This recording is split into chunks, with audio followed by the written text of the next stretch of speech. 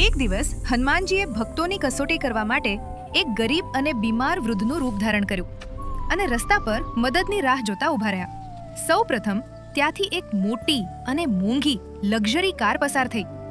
વૃદ્ધ બનેલા હનુમાનજીએ હાથ ઊંચો કરી મદદ માંગી, પણ કાર ચલાવનાર શ્રીમંત માણસે કાચ પણ નીચે ન ઉતાર્યો અને ધૂળ ઉડાડતો નીકળી ગયો। તેને ડર હતો કે ગંદા કપડાવાળો વૃદ્ધ તેની મોંઘી ગાડી બગાડી નાખશે। ત્યારબાદ એક નવી રિક્ષાવાળો આવ્યો।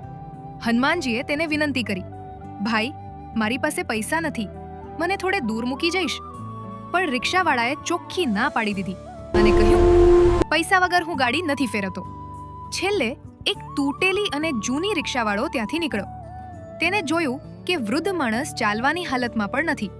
તે તરત જ ઊભો રહ્યો અને બોલ્યો, દાદા, તમે ચિંતા ન કરો, ભલે મારી પાસે પૈસા ના આવે, પણ તમારી સેવા કરીને મારું મન રાજી થશે। જેવો તે રિક્ષા ચલાવવા લાગ્યો, અચાનક આખી રિક્ષા તેજસ્વી પ્રકાશથી ભરાઈ ગઈ। વૃદ્ધના બદલે સાક્ષાત હનુમાનજી પ્રગટ થયા।